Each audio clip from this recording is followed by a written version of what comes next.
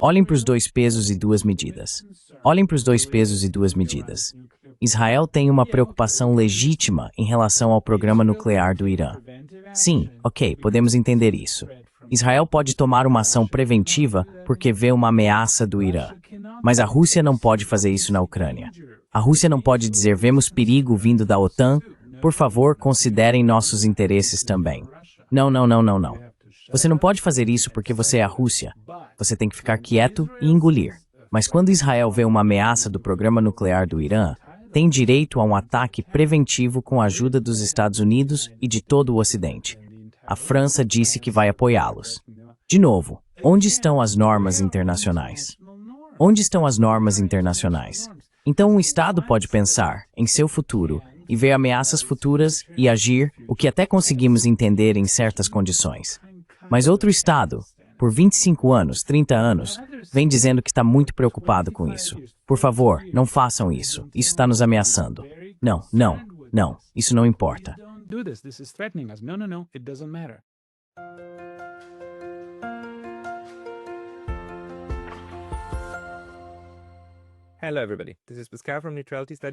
Olá a todos. Aqui é o Pascal do Neutrality Studies.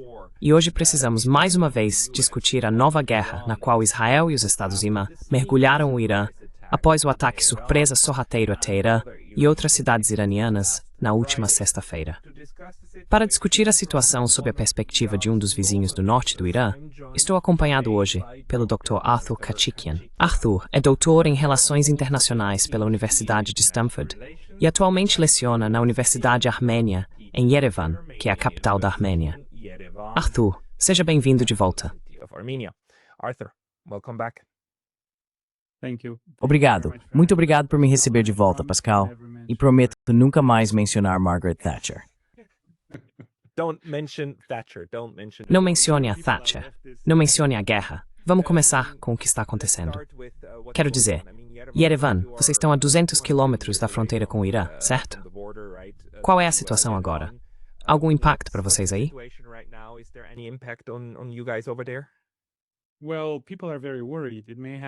Bem, as pessoas estão muito preocupadas. Isso pode ter um efeito muito desestabilizador em toda a região do sul do Cáucaso. O Irã estava desempenhando o papel de mediador entre nós e o Azerbaijão, a república vizinha, com a qual temos uma relação muito complicada. Alguns incidentes militares aconteceram nos últimos anos. Houve uma guerra em 2020 e o Irã foi um dos países que estabilizou a situação na região, junto com a Rússia e, em certa medida, a Turquia, embora a Turquia tenha sido um pouco parcial. Mas agora, com as consequências desestabilizadoras do ataque ao Irã, as pessoas estão realmente preocupadas que a Armênia possa ser o próximo alvo. Infelizmente, não temos uma relação muito amigável com nossos vizinhos a leste e a oeste. E as pessoas temem que isso possa ser uma oportunidade para eles também recorrerem à ação militar, que a guerra tenha um efeito dominó em nossa região.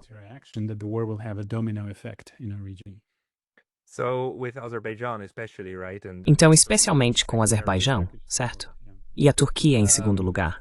Mas até agora, é justo dizer que as pessoas estão apenas observando e apreensivas sobre o que está sendo atingido. Porque ouvi dizer que a parte norte, azeri, do Irã, também foi atingida. E isso é bem perto da Armênia também, não é?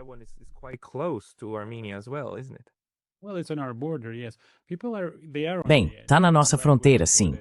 As pessoas elas estão tensas. Essa é a maneira certa de dizer. Elas estão muito preocupadas, estão tensas. O que isso significa, Pascal, é que estamos dando mais um passo em direção à lei da selva. É a lei dos poderosos. Sabe, estamos de volta a Tucídides. Os fortes fazem o que querem e os fracos têm que aceitar, têm que fazer o que devem. Essa era a fórmula dele. Então estamos voltando ao mundo da selva. Estamos deixando de lado qualquer aparência de normas internacionais. E basicamente resolvemos tudo pela força. Paz através da força. Isso não é paz através da força. Isso é caos mundial, instabilidade e potencialmente um caminho para a Terceira Guerra Mundial através da força. Isso é muito estranho. Estou muito surpreso que o governo dos Estados Unidos esteja seguindo esse caminho.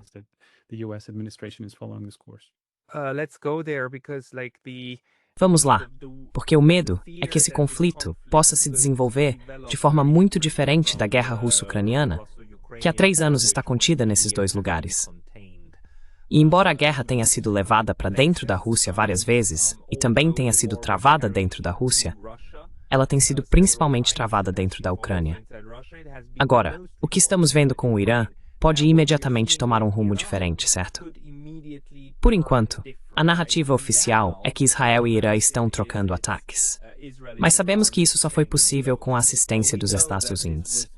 E estamos vendo agora preparativos, aparentemente pelos Estados Unidos, para se juntar com suas forças militares. Você pode falar um pouco sobre o que sabe a respeito de onde as forças dos Estados Unidos estão neste momento?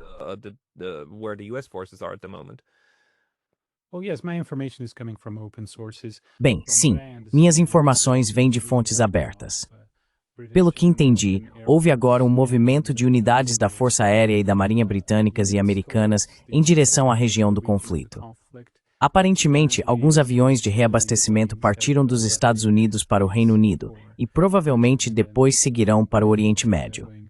E 2 porta-aviões foram deslocados para mais perto do Golfo Pérsico, pelo que entendi. Quero dizer, todos sabíamos que esse ataque não teria sido possível sem o envolvimento militar dos Estados Unidos. Eles armaram as armas que foram fornecidas. O financiamento, é claro, veio dos Estados Unidos, assim como o reconhecimento.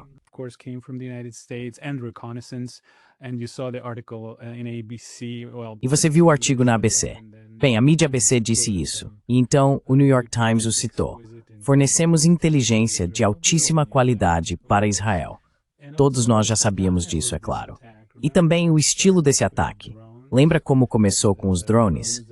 Os drones que foram contrabandeados para o território iraniano e depois ativados de repente. Esse é o mesmo estilo daquele ataque bastante perturbador à tríade nuclear russa que aconteceu, acho que 2 semanas antes. É o mesmo estilo, é a mesma assinatura. Em relação à guerra na Ucrânia, esse ataque é bastante sem precedentes. Nunca durante a Guerra Fria poderíamos imaginar um ataque à tríade nuclear de uma das superpotências. Isso era simplesmente impensável.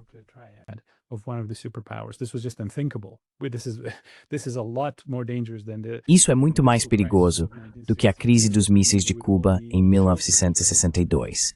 Quero dizer, todos nós estaríamos em abrigos agora, mas podemos falar sobre isso quando você quiser. Quanto a isso, você viu que eles contrabandearam esses drones. Foi uma operação secreta muito bem organizada.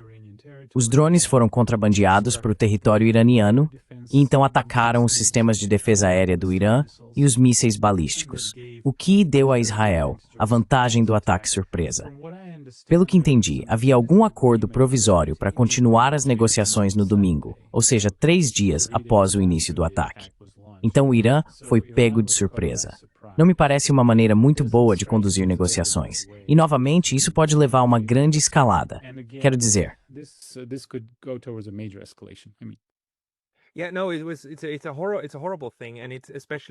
Sim, não. É uma coisa horrível. E, especialmente, isso reforça o ponto de que, aparentemente, os Estados Unidos e Israel estavam contando com o fato de que o Irã não esperaria um ataque enquanto as negociações ainda estavam em andamento. E então usaram essas negociações como uma tática de camuflagem, o que, claro, invalida qualquer esperança em um processo diplomático. Agora, ao mesmo tempo, sabemos que Vladimir Putin conversou com Donald Trump ontem, no domingo, certo? No aniversário dele. E aparentemente, Vladimir Putin e os russos estão se oferecendo para ajudar a mediar ou ajudar a acalmar esse conflito. Você ouviu algo, ou ficou sabendo de algo sobre qual é a posição russa no momento?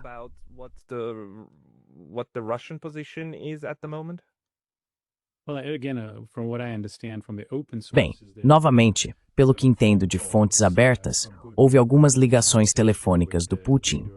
Houve uma conversa com o líder do Irã e com Donald Trump, e a Rússia ofereceu seus serviços de mediação. Claramente, isso não é do interesse da Rússia. Quero dizer, Rússia e Irã têm um acordo de cooperação estratégica. Esse acordo não prevê uma intervenção militar russa, mas certamente os russos estavam ajudando e provavelmente continuarão a ajudar o Irã. O Irã prestou uma assistência inestimável à Rússia durante o conflito na Ucrânia. E certamente a Rússia não quer ser arrastada para essa guerra e confrontar Israel e os Estados Unidos. não na condição em que se encontra agora com a guerra na Ucrânia. Então, eles têm todos os motivos para não querer que esse conflito escale. Mas é claro, a Rússia está em uma posição delicada por causa do conflito na Ucrânia. Não é vista no Ocidente como uma mediadora objetiva, mas pelo menos alguma coisa é melhor do que nada.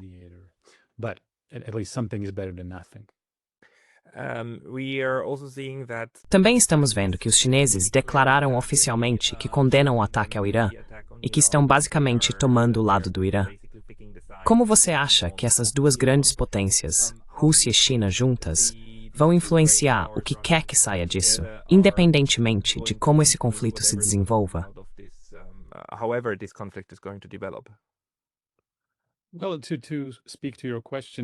Bem, para responder a sua pergunta, pelo que entendi, houve alguns aviões indo da China para o Irã.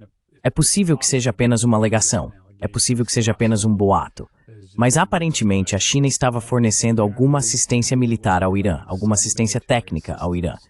Claro, a China não iria se envolver militarmente, mas alguma assistência era possível. Eles têm uma relação bastante boa com o Irã. Agora, o que precisamos entender é que esse conflito... Agora temos dois grandes conflitos no mundo, com grandes potências se envolvendo em diferentes graus. Isso é como nos anos 1910 ou 1930.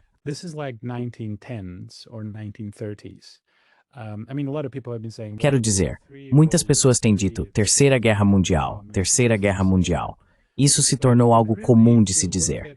Mas, na verdade, se você olhar para o que está acontecendo, estamos nos aproximando cada vez mais de um grande conflito internacional.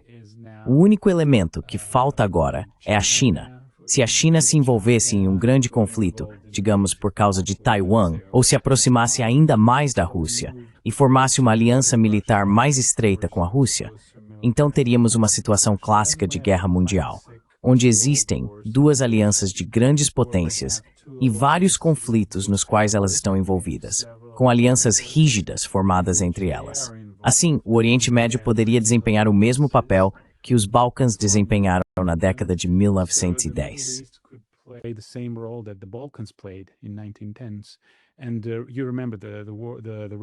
E você se lembra que o caminho para a Primeira Guerra Mundial foi pavimentado pela invasão italiana da Líbia em 1911 e pelas guerras dos Balcãs de 1912 e 1913, porque basicamente demonstraram ao mundo que é possível resolver problemas pela força bruta.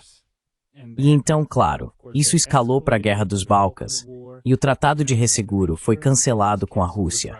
E a Rússia se aproximou da França, formando duas alianças. A mesma coisa aconteceu durante a Segunda Guerra Mundial. A Guerra Civil Espanhola foi um evento interessante que precedeu a Segunda Guerra Mundial. Novamente, as grandes potências estavam mostrando sua força e meio que testando umas às outras. Mas isso pode ser outro exemplo. Agora temos dois grandes conflitos. Temos um enorme conflito na Ucrânia. Isso não é o Vietnã.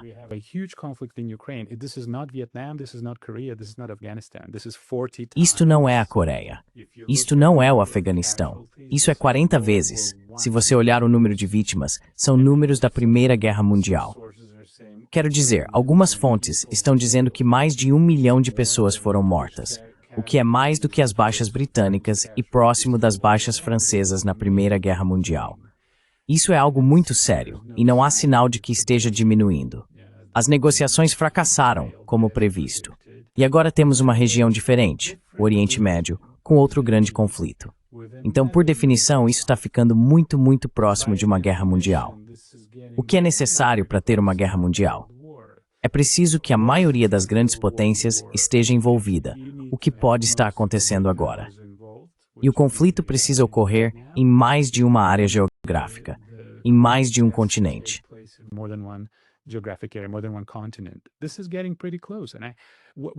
Isso está ficando bem próximo. E o que é muito perigoso nesse tipo de política paz, através da força, basicamente a força bruta como forma de resolver conflitos, é que você está dando um exemplo para outros países e vai estimular a criação de uma coalizão de equilíbrio. Isso vai aproximar Rússia e China, porque eles vão perceber que os Estados Unidos são capazes desse tipo de ação. Então haverá menos confiança, menos espaço para diplomacia, especialmente quando as negociações são usadas para enganar o adversário.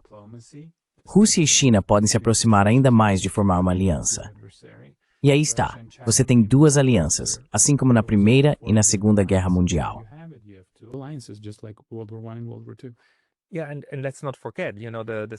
Sim, e não vamos esquecer que nos primeiros 2 anos, a Segunda Guerra Mundial foi uma guerra europeia. Era um conflito na Europa. E então, aos poucos, outros países foram sendo envolvidos. Não aconteceu tudo de uma vez. E não podemos esquecer que o Japão estava em guerra com a China desde 1931. Ou seja, essas guerras que acabaram se tornando a Segunda Guerra Mundial foram se unindo aos poucos.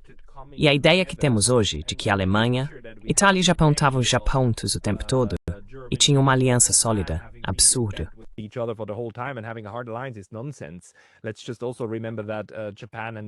Vamos lembrar também que o Japão e a União Soviética tinham um pacto de neutralidade, certo? Isso os mantinha neutros um em relação ao outro, enquanto lutavam contra os aliados em outros lugares. Então é isso que estamos vendo agora. Quero dizer, você está certo. São as dinâmicas de uma multilateralização de uma guerra total. E para um país como o seu, a Romênia, estando na posição em que está, e outros como, digamos, Azerbaijão e Turquia, talvez pensando bem, se não for agora, quando será? Essa chance também aumenta, não é?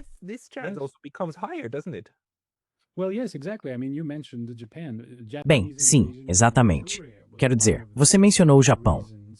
A invasão japonesa da Manchúria foi um dos motivos pelos quais todos acharam que isso era aceitável, e uma das razões pelas quais a Liga das Nações desmoronou.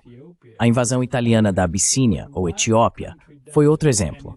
Quando um país faz isso e é considerado aceitável, então outro país começa a fazer também. Basicamente, todo o conceito de direito internacional e a ordem do pós-guerra se desfazem. Falamos sobre isso com você, lembra da última vez? Quando falamos sobre as regras do jogo, as ordens do pós-guerra, uma das regras é: não haja unilateralmente tomada de decisão coletiva, intervenção coletiva e segurança comum, segurança coletiva.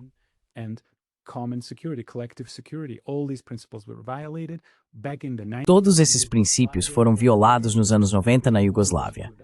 Já naquela época, a ONU foi deixada de lado. O Ocidente contornou as Nações Unidas, embora eu deva dizer que discordo respeitosamente de alguns dos meus colegas russos.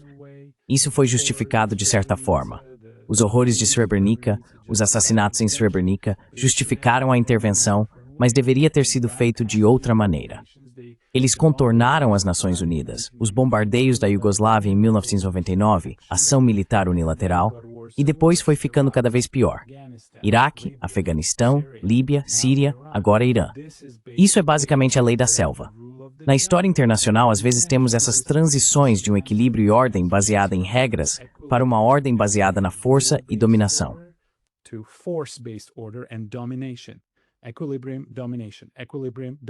Equilíbrio, dominação. Equilíbrio, dominação.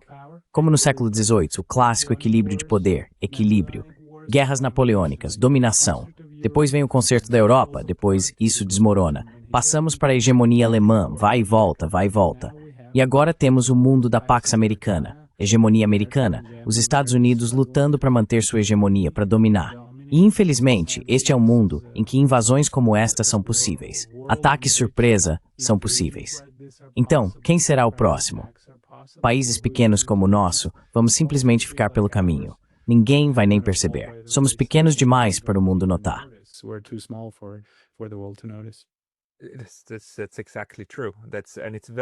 Isso é exatamente verdade. E é muito, muito perigoso nesse sentido agora também para outros. Não apenas por causa do conflito principal. Mas, de certa forma, o que estamos vendo agora também não é tão novo, certo? Quero dizer, não é a primeira vez que um país é atacado de surpresa, sem provocação. É muito reminiscentemente, na verdade.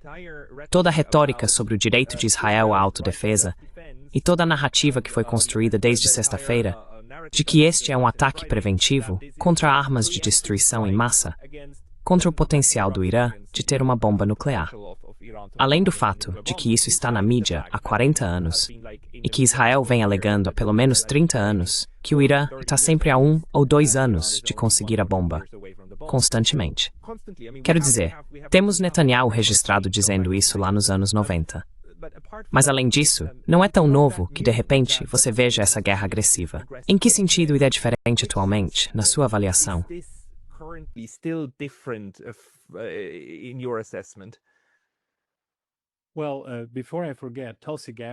Bem, antes que eu me esqueça, a Tulsi Gabbard disse em março que não havia evidências de que o Irã estivesse preparando uma arma nuclear.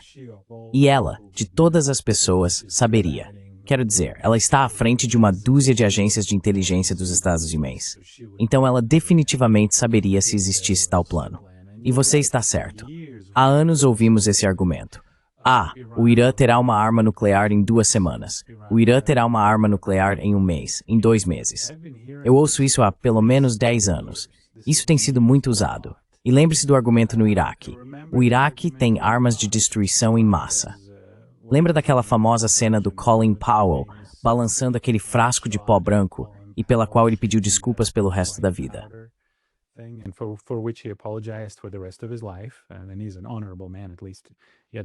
E ele é um homem honrado. Pelo menos teve a honra de pedir desculpas por isso. Israel tem direito à autodefesa? Claro que tem. Os judeus em Israel têm o direito de viver em paz? Sim. E os palestinos também. Isso te dá o direito de atacar Israel do outro lado?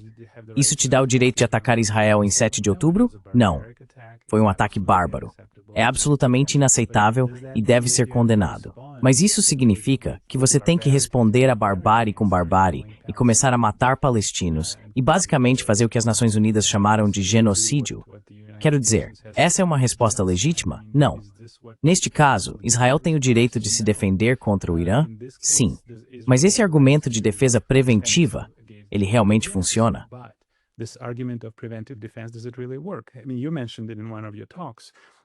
Quero dizer, você mencionou isso em uma de suas palestras há 3 dias, acredito, 4 dias atrás, que o direito internacional tem certas disposições para isso. Defesa preventiva. Tem que haver um ataque iminente. O ataque precisa ser iminente. Existe o teste, Caroline. Houve um incidente na década de 1840, eu pesquisei depois que ouvi você falar, quando a Grã-Bretanha atacou um navio dos Estados Unidos perto das cataratas do Niágara, porque ele estava ajudando insurgentes em território canadense. E o argumento era que se o ataque é iminente, se você não tem tempo para encontrar outra solução para esse problema, se não há outro meio de conter esse ataque, então sim, poderia ser justificado. Mas não havia ataque iminente por parte do Irã. As negociações estavam em andamento. Você tinha um precedente sobre o qual poderia ter se baseado.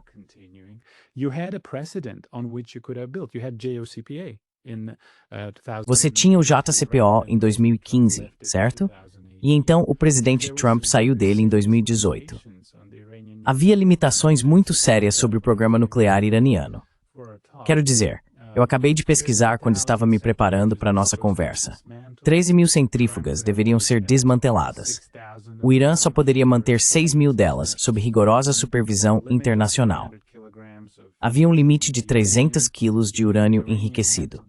O urânio só poderia ser enriquecido até 3,65%, que é para uso civil. Então havia maneiras de resolver isso pacificamente, e as negociações estavam em andamento. Mas para fazer isso, negociações significam, como nosso grande amigo professor Sachs disse, e o professor Mearsheimer, eles disseram, negociações com os SONA significam você faz ou nós matamos você. Quero dizer, isso não é realmente negociação. A diplomacia poderia ter tido uma chance. É.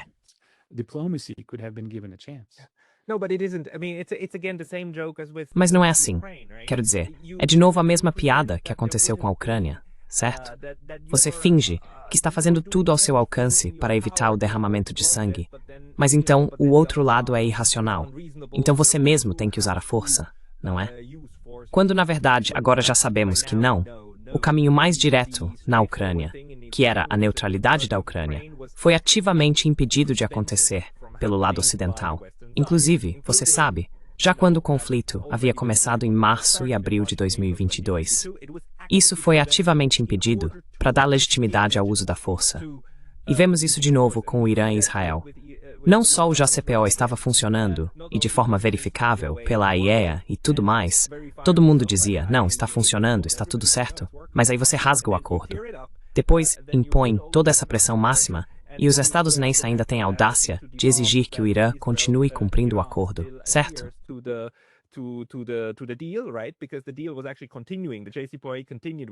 Porque o acordo, na verdade, estava continuando. O JCPOA continuou com os europeus.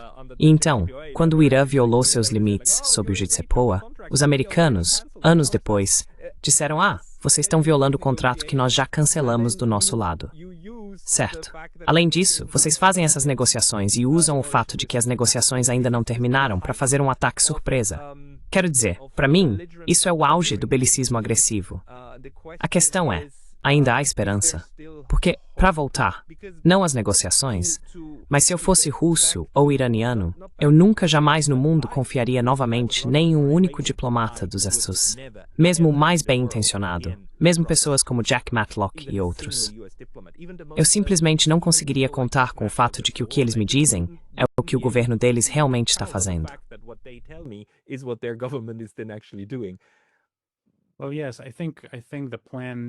Bem, sim, acho que o plano agora é ter negociações do tipo Iugoslávia, do tipo acordos de Dayton, negociações depois de bombardear intensamente, porque Israel está fazendo um trabalho bastante eficaz. E claro, meu coração está com todos os civis que sofreram como resultado desta guerra, tanto em Israel quanto no Irã. Mas os bombardeios continuam dos dois lados. E se os exércitos entrarem, quero dizer, quais são os cenários aqui? Um é que esse conflito continue por, digamos, alguns dias ou algumas semanas, e então Israel diga, ok, destruímos a infraestrutura de defesa do Irã. Aliás, o risco de um acidente nuclear lá também é bastante alto.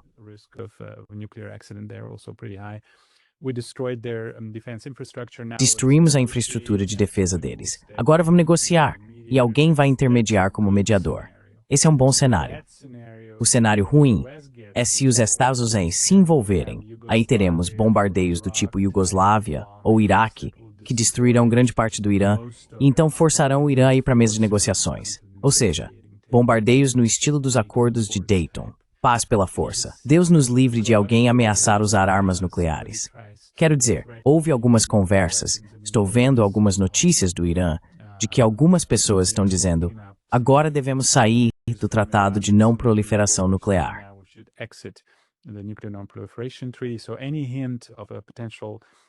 Então, qualquer indício de uma possível corrida para desenvolver uma arma nuclear vai imediatamente provocar um ataque preventivo de Israel e dos Estados Unidos. Então, as coisas podem piorar muito. Só espero que prevaleça o bom senso. Mas olhando para o nosso presidente, sabe, a maneira como o presidente Trump lida com isso, essas mensagens nas redes sociais, isso é tão infantil. Me desculpe, é muito infantil. É como um garoto de escola escrevendo em letras maiúsculas. Isso vai ser horrível. É melhor você recuar agora ou vai piorar. Isso não é um líder dos Estados Unidos falando. Isso é tão irracional.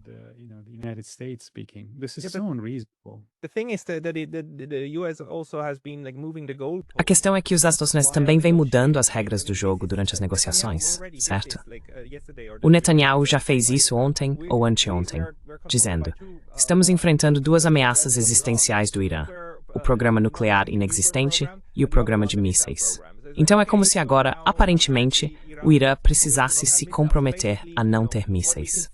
Basicamente, o que podemos perceber na mente dessas pessoas é que querem destruir completamente o Irã, ou de alguma forma, enfraquecê-lo. Porque não há como o Irã ser convencido a abrir mão do seu programa de mísseis.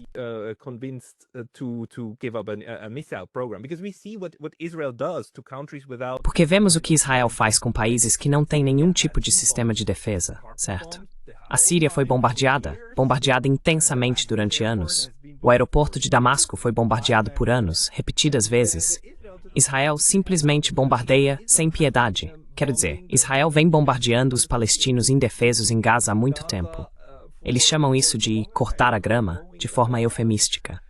Então, acho que Israel está atualmente considerando transformar todo o Oriente Médio em um gramado que pode ser bombardeado esporadicamente sempre que quiser. E acho que isso está absolutamente claro para os iranianos.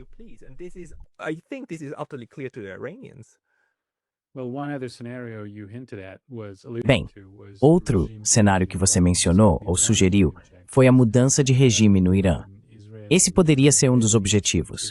O líder israelense já fez um apelo à população iraniana, dizendo que vocês não são o inimigo, o seu regime é o inimigo, insinuando que não seria ruim se vocês tentassem mudar o regime.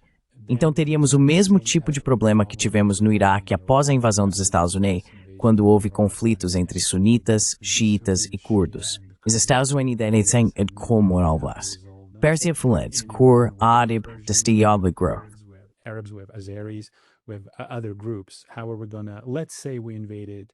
Como vamos, digamos que invadimos, Deus me livre, tivemos a insanidade de invadir, você sabe, colocar tropas em solo, como dizem, ou seja, forças terrestres.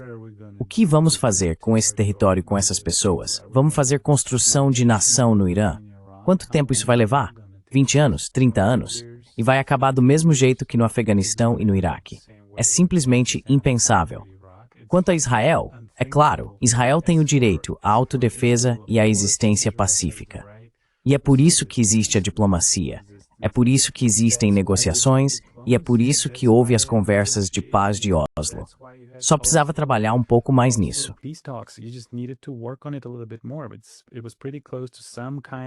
Estava bem próximo de algum tipo de, talvez não uma resolução total, mas algum tipo de modus vivendi. Estava bem próximo.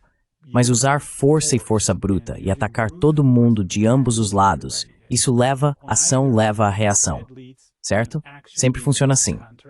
E depois disso, provavelmente haverá mais pessoas se juntando às organizações extremistas que Israel teme. Quero dizer, isso pode realmente sair pela culatra. Haverá mais pessoas se juntando a vários grupos terroristas, várias milícias.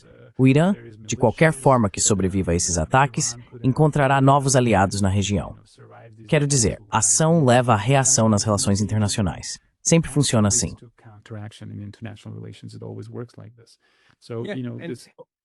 Então sabe isso? E é simplesmente impossível vender a ideia de que Israel é o único país no Oriente Médio com direito à autodefesa e que o Irã não tem esse direito. Claro, quero dizer, o Irã também é membro do BRICS.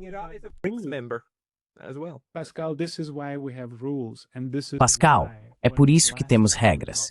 E é por isso que da última vez que falamos sobre os anos 90, surgiu a ideia de segurança coletiva.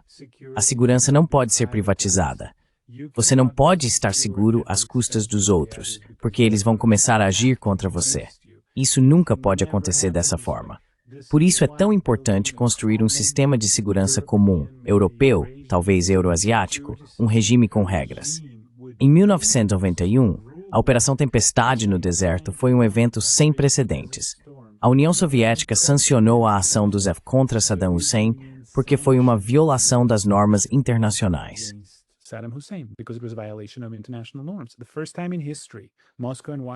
Pela primeira vez na história, Moscou e Washington concordaram que nesse caso era justificado. Os Estados Unidos intervieram e libertaram o Kuwait. Regras. É preciso ter regras. É preciso ter um regime, um sistema de expectativas e normas internacionais. E sim, Israel tem esse direito. O Irã tem esse direito. Os judeus em Israel têm o direito de viver em paz, assim como os palestinos. É por isso que se cria um sistema de regras, um regime. Você negocia. É por isso que se faz diplomacia. E você encontra uma solução, um equilíbrio. Equilíbrio, não dominação e não força bruta. Porque isso sempre é efeito contrário.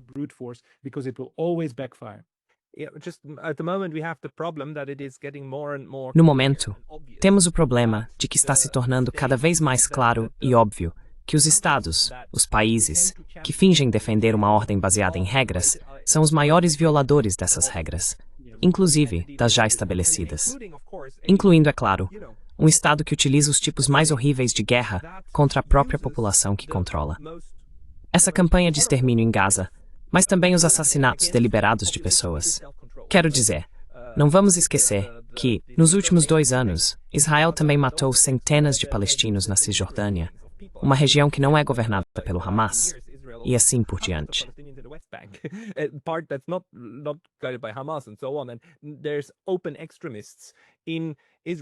E há extremistas declarados em Israel que defendem a expulsão completa dos palestinos da Cisjordânia e de Gaza. E há assentamentos, novos assentamentos, sendo construídos o tempo todo. Além disso, a ONU reconhece esses territórios como ocupados. Então, existe um sistema da ONU de ocupação, e a lei da ocupação, que deveria lidar com essa situação, ou que deveria ser aplicada a essa situação. Mas sabemos que, nos últimos 60 ou 70 anos, Israel tem ignorado isso, e os Estados apoiam essa postura. E agora esses elementos estão trabalhando para corroer ainda mais o sistema. O que acontece nas relações internacionais quando você tem esse duplo discurso orwelliano?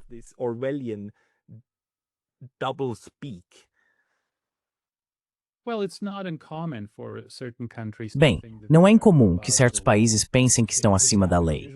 Isso acontece, geralmente durante períodos de hegemonia. Isso ocorreu no século XVI, com a hegemonia espanhola, no século XVII, com a hegemonia francesa, com a hegemonia continental alemã no final do século XIX e durante as guerras napoleônicas. Então está acontecendo agora, infelizmente. Sim, com o sistema certo de regras, com as diretrizes corretas em vigor, talvez pudéssemos ter continuado a trabalhar nos acordos de Oslo, e sabe, uma solução de 2 estados, uma solução de um estado, o que funcionasse. Eles poderiam ter negociado, e israelenses e palestinos poderiam ter vivido em paz. Mas o que está acontecendo agora? O presidente dos Estados Unidos falando sobre transformar Gaza em uma riviera e remover os palestinos de lá, isso é um chamado aberto ao genocídio. Não há 2 opiniões sobre isso.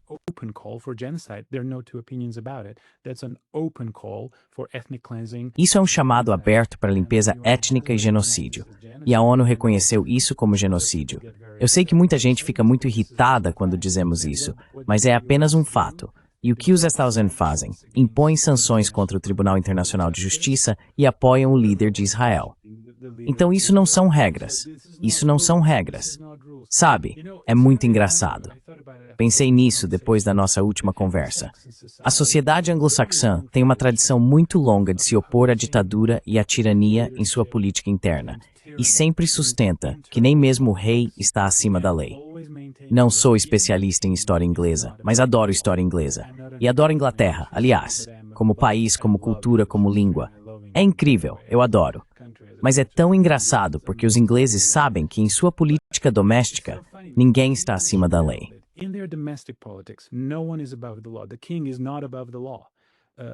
O rei não está acima da lei. Pelo que ouço, até mesmo Guilherme, o Conquistador, quando conquistou a Inglaterra, prometeu respeitar a lei do país. E todo rei inglês fez o mesmo. Portanto, não há ditadura. E todos têm que obedecer à lei.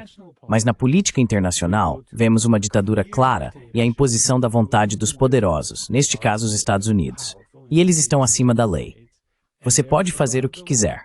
Pode sancionar genocídio. Pode usar negociações como forma de enganar seu oponente, fazendo pensar que tudo vai ficar bem, e então atacar-te por prias.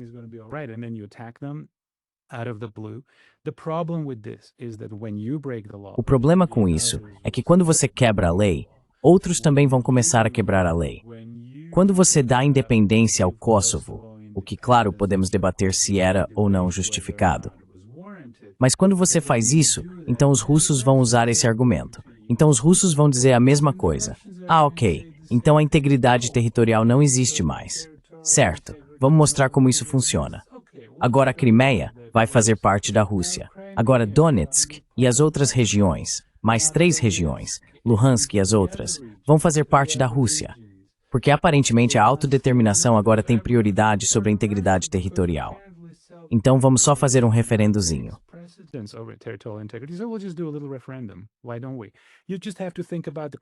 Por que não fazemos isso? Você só precisa pensar nas consequências. Os arquitetos do Concerto da Europa tiveram a sabedoria de entender que os pequenos ganhos que poderiam obter às custas uns dos outros não valiam a pena.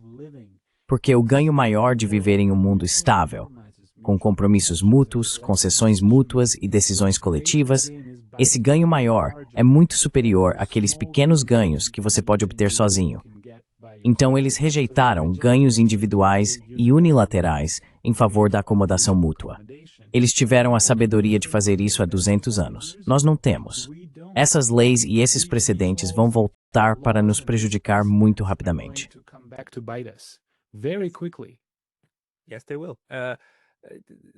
Sim, eles vão. E é bom que você destaque isso, com democracia internamente, mas não nas relações internacionais. Podemos debater o quão democráticas certas sociedades são, Mas temos esse fenômeno agora, em que os países que se autodenominam democráticos olham de cima e, basicamente, olham para a China e a Rússia, chamam esses países de sistemas autoritários e dizem: precisamos ter tanto medo deles, porque eles vão vir atrás de nós. Então, a única maneira de estarmos seguros é se os transformarmos em democracias, certo? Ao mesmo tempo, eles se colocam como árbitros de como as relações internacionais devem funcionar.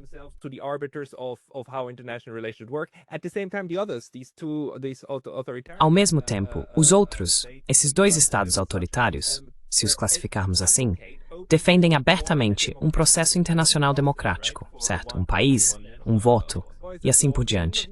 Não chegam exatamente a esse ponto, mas você sabe, usam essa retórica. Dizem: queremos uma estrutura mais democrática para o sistema internacional. Então, basicamente, todos estão defendendo a democracia de uma forma ou de outra. E nesse processo, criando narrativas, especialmente o Ocidente agora, criando uma que justifica derramamento de sangue e até mesmo genocídio.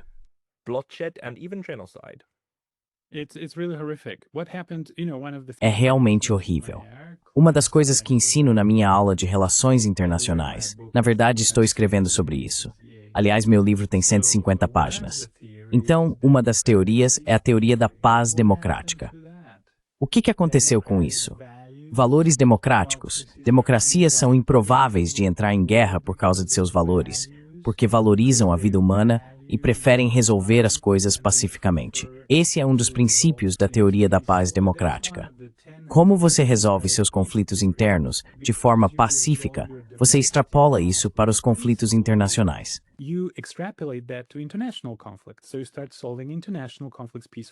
Então, você começa a resolver conflitos internacionais de forma pacífica e não recorre à violência, porque valoriza a vida humana. E aí tem outras coisas. O que aconteceu com isso? As democracias, entre aspas, têm sido muito mais beligerantes nos últimos 25 anos do que as chamadas autocracias. É só contar todas as guerras: Iraque, Afeganistão, Líbia, Síria, Irã, Geórgia, Ucrânia. Você está brincando comigo? O que aconteceu com a teoria da paz democrática? Quero dizer, Carl and Tormos Unions. Pois fui para a faculdade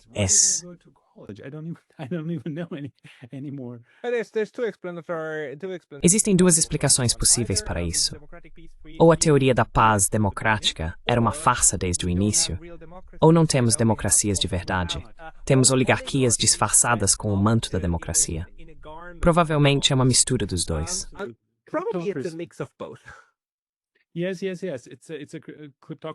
Sim, sim, sim. É uma criptocracia. Acho que é assim que o professor Sachs chama. Porque, veja, um dos princípios da teoria da paz democrática é que as pessoas que se beneficiam da paz vão conter seus governos. Bem, na verdade, temos pessoas que se beneficiam da guerra porque lucram com ela. Temos complexos militar-industriais, e o presidente Eisenhower alertou sobre isso, ele mesmo sendo um militar e uma pessoa incrível. Ele disse isso em 1961. Criamos um monstro porque a guerra se tornou um negócio agora. E você tem todas essas empresas enormes como Lockheed Martin, General Dynamics, Raytheon e Boeing, etc, etc. Seus orçamentos anuais são como o orçamento militar da Turquia. São enormes.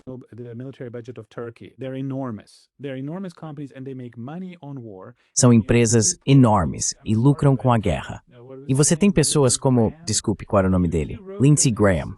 Ele escreveu na sua página de rede social, seja lá qual for, no Twitter: o jogo começou. Isso é um jogo? Sério? Você é um político experiente. Você tem 70 anos. Como pode escrever coisas assim? É tão irresponsável. E isso não é uma democracia, porque nessa democracia a política externa é controlada por lobistas. O lobby, como dissemos da última vez, é um grande problema nas democracias, quando os governos democraticamente eleitos prestam contas, não aos eleitores, mas às corporações que lucram com a guerra, e a grupos de interesse político, grupos de interesse privado, lobbies étnicos de qualquer tipo. Isso não é uma democracia.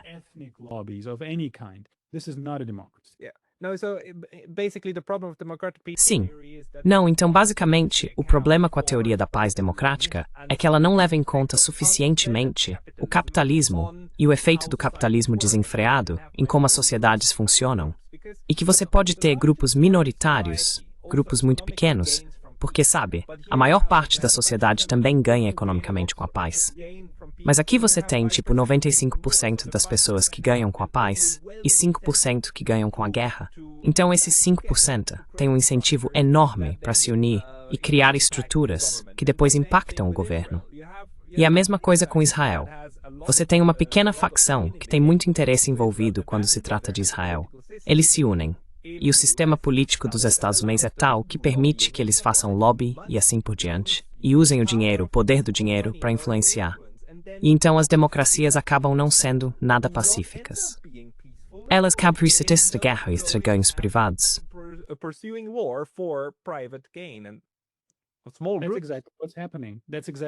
É exatamente isso que está acontecendo.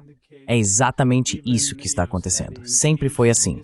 Mesmo, sabe, estudando história antiga, Atenas era um estado bastante beligerante. Sendo uma democracia, declarou muitas guerras contra seus vizinhos. Aliás, massacrou a população da ilha. Lembra do diálogo dos Melianos? Então, eles não são realmente, sabe, pode ser um mito. Odeio pensar assim porque sou liberal e acredito nisso, mas é muito triste ver aonde chegamos. Agora, também quero expressar minha admiração por todos os meus amigos da comunidade judaica nos Estados Unidos que manifestaram sua condenação ao que está acontecendo. Sabe, o movimento Not in My Name.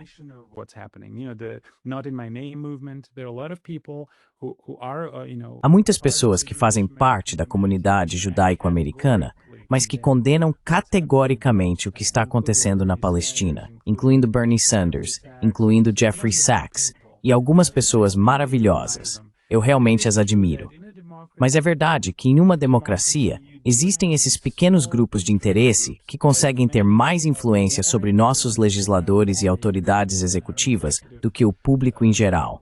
Porque o público em geral só vai votar a cada 4 anos, enquanto eles estão fazendo lobby todos os dias em Washington. Então, nossa política externa foi sequestrada. A política externa dos Estados Unidos foi sequestrada. E o mesmo aconteceu com a política interna. A América está um desastre agora.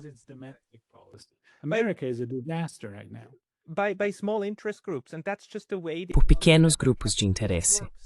E é assim que esse capitalismo sem restrições funciona. É isso que ele faz.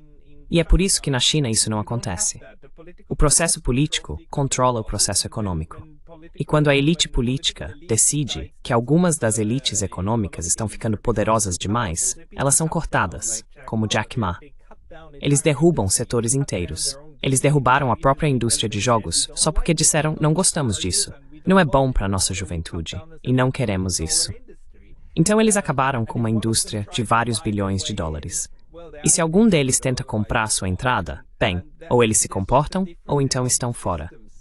Existe simplesmente uma diferença em como esses sistemas funcionam e também em como eles abordam as relações exteriores. No momento, parece que estamos em perigo real de que esses pequenos grupos de interesse estejam arrastando uma grande parte do planeta para a guerra. Como podemos mudar isso?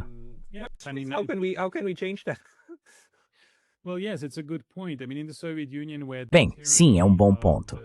Quero dizer, na União Soviética, tínhamos a tirania da oligarquia política, e nos Estados Unidos temos a tirania da oligarquia econômica e financeira.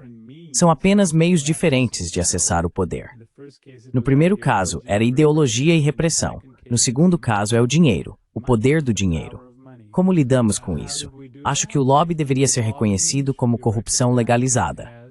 É corrupção legalizada, e algo deveria ser feito a respeito. Deveria ser limitado, porque se você é uma democracia, então seus representantes eleitos deveriam responder aos eleitores, não às grandes corporações e não aos lobistas.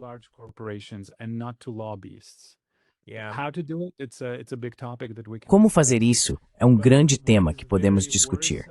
Mas o que é muito preocupante sobre o que estamos vendo agora é que estamos indo cada vez mais longe no caminho para um grande conflito internacional onde não há regras.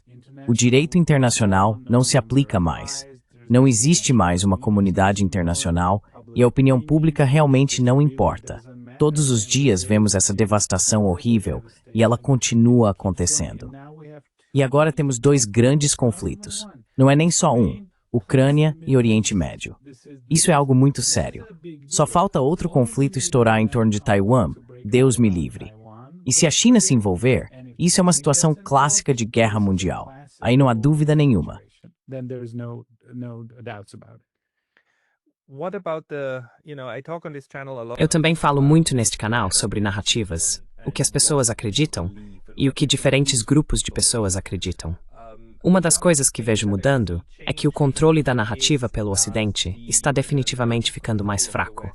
Não é mais tão fácil simplesmente impor uma certa interpretação e fazer com que ela seja aceita. Também porque agora temos as redes sociais e tudo mais. Mas vamos falar da Armênia. Ao seu redor, qual é a narrativa dominante sobre o que está acontecendo agora com o Irã?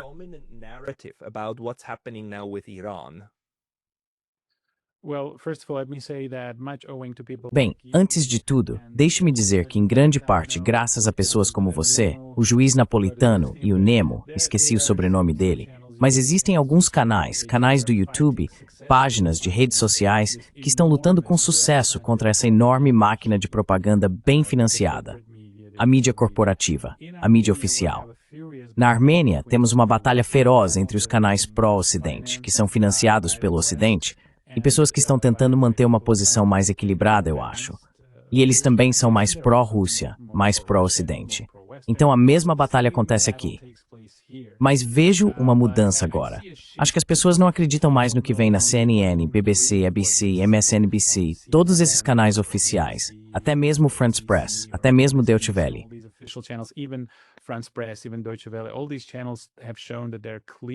Todos esses canais mostraram que são claros. É só mensagem, só os pontos de discussão. É só propaganda. É propaganda. Não há espaço para debate, para troca racional de opiniões. Mas olhe para os dois pesos e duas medidas. Olhe para os dois pesos e duas medidas. Israel tem uma preocupação legítima relacionada ao programa nuclear do Irã. Sim, ok, podemos entender isso. Israel pode tomar uma ação preventiva porque vê uma ameaça do Irã. Mas a Rússia não pode fazer isso na Ucrânia. A Rússia não pode dizer, vemos perigo da OTAN. Por favor, considerem nossos interesses também. Não, não, não, não, não. Você não pode fazer isso porque você é a Rússia. Você tem que ficar quieto e engolir.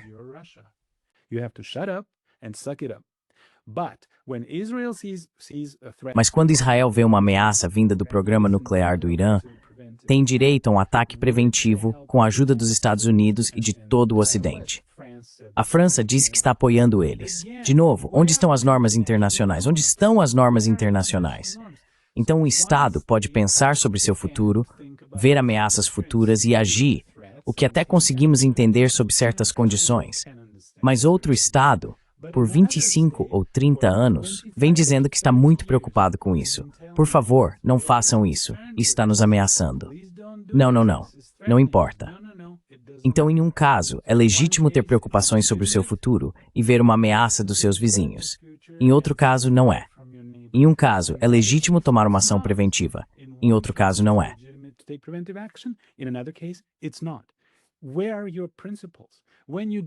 Onde estão seus princípios? Quando você faz isso, toda a arquitetura do direito internacional desmorona. E então você volta para 1938.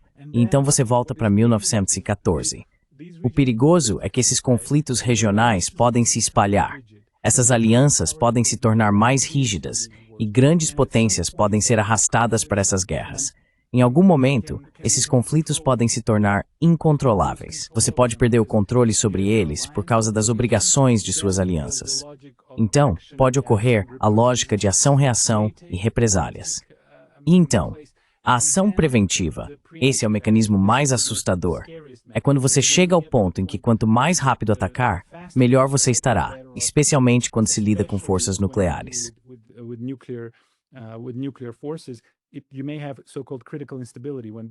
Você pode ter o que chamam de instabilidade crítica quando ambas as partes pensam, ok, este é o momento de atacar. Se não atacarmos agora, amanhã não teremos nossas armas nucleares. Temos que usá-las agora. É muito perigoso quando o mecanismo de ação preventiva entra em cena. Em relação à dissuasão nuclear, vemos um tipo muito particular de dissuasão nuclear neste momento. Ela ainda está funcionando porque o Ocidente e a Rússia não estão lutando diretamente, mas é como se estivesse ficando cada vez mais próximo. O limite está sendo empurrado cada vez mais para baixo, porque pela primeira vez, agora temos ação militar ocorrendo no território de um estado nuclear.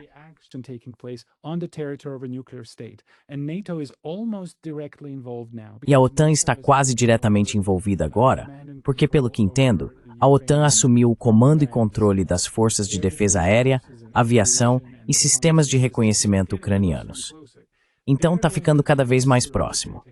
Eles vão transferir tecnologia militar para a Ucrânia. A Ucrânia vai ter mísseis com alcance de 2.500 quilômetros vindos da Alemanha. Assim, será capaz de atingir diretamente o interior do território russo. Isso não é dissuasão nuclear, como conhecíamos na Guerra Fria. Isso era impensável durante a Guerra Fria. Agora temos um certo alcance, um certo intervalo, dentro do qual é possível que potências nucleares comecem a lutar, desde que haja algum entendimento de que existem certas linhas que não podem ser cruzadas.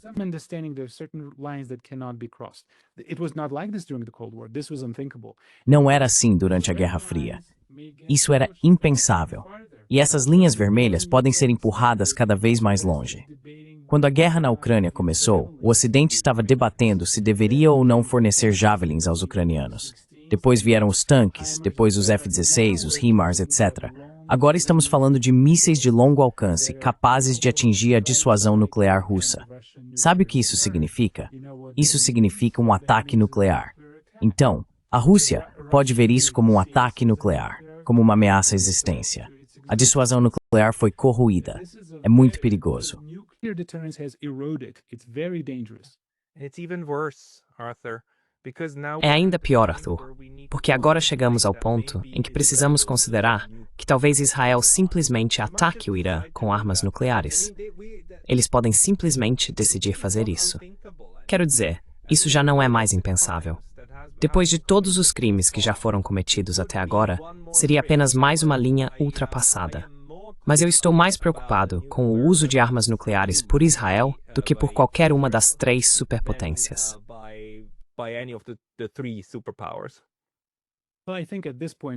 Bem, eu acho que neste momento Israel está se saindo muito bem. Acho que tem uma vantagem tecnológica sobre o Irã e tem sido bastante bem-sucedido em neutralizar as forças de defesa aérea e os mísseis balísticos iranianos. Então espero que não chegue a esse ponto. Mas Tel Aviv também está em chamas. Haifa está pegando fogo. Haifa e Tel Aviv sofreram grandes danos. E isso é horrível. É horrível que ambos os lados estejam sofrendo com isso. Civis estão sofrendo com isso. Acho que o mais provável é que os Estados entrem no conflito e bombardeiem o Irã do mesmo jeito que bombardearam a Iugoslávia e o Iraque. Acho que pode chegar a esse ponto. Os Estados vão bombardear o Irã de forma muito intensa para colocá-lo de joelhos e forçá-lo a assinar algum tipo de documento de rendição e tentar iniciar uma mudança de regime no Irã, caso em que estaremos voltando direto para o Iraque de 2003. Podemos ter, como já disse, todos esses grupos começando a lutar entre si. Não sabemos como vamos lidar com isso. Esse país pode começar a se desintegrar e podemos ter outros países intervindo.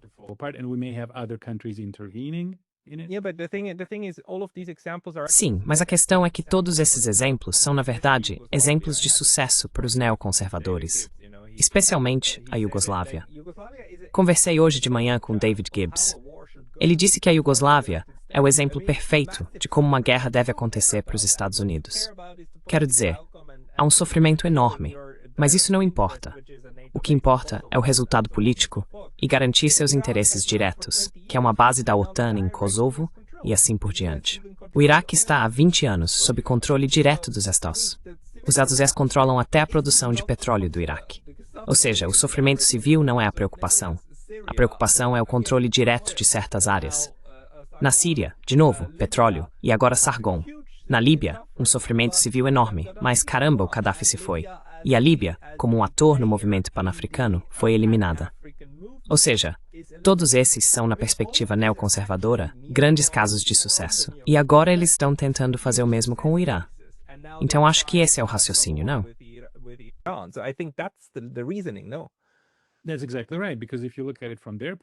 Isso mesmo, porque se você olhar do ponto de vista deles, a curto prazo, sim, foi uma vitória. Mas houve um efeito tremendamente desestabilizador a longo prazo. As ações da Rússia na Ucrânia e na Geórgia foram feitas no contexto do que aconteceu em Kosovo. Os russos usaram o precedente de Kosovo. O que aconteceu na Iugoslávia? Bem, sim, houve um sofrimento tremendo. Muitas pessoas foram massacradas. Houve limpeza étnica. No final, eles ignoraram as Nações Unidas. Novamente, isso é discutível porque acho que havia razões para isso. E o que aconteceu em Srebrenica e Gorazde foi horrível e justificou a intervenção.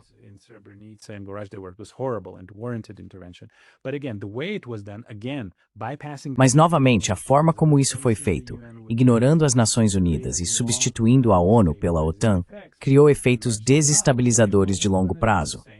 Porque então a Rússia disse, ok, bem, vamos fazer o mesmo do nosso lado. Vamos criar nossa própria aliança defensiva. Então vamos ter nossa própria interpretação da OTAN e do direito internacional. Então sim, a curto prazo eles tiveram sucesso, mas a longo prazo causaram muitos danos, e estamos vendo as consequências disso. E isso não pode continuar indefinidamente. Se há uma coisa que sabemos da história internacional, é que não se pode intimidar o mundo constantemente e usar a força bruta. Eventualmente, A, você começa a esgotar seus recursos, e B, você cria uma coalizão de equilíbrio contra você e o desafiante vai surgir.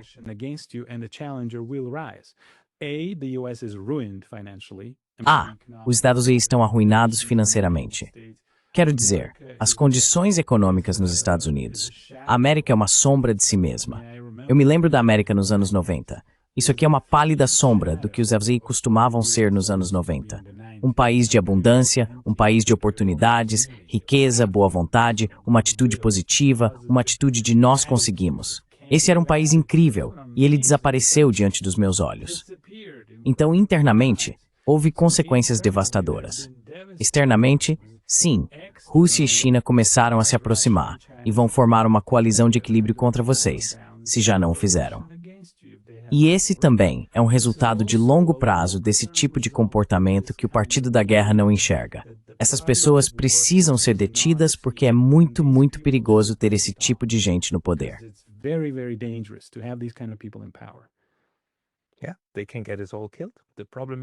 Sim, eles podem acabar nos matando. O problema é, como tirá-los do poder? Quero dizer, neste momento, temos alguns nomes confiáveis, incluindo a Tulsi Gabbard, claro.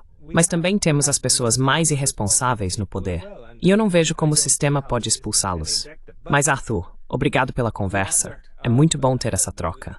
Para as pessoas que querem ler mais sobre você, onde elas devem procurar?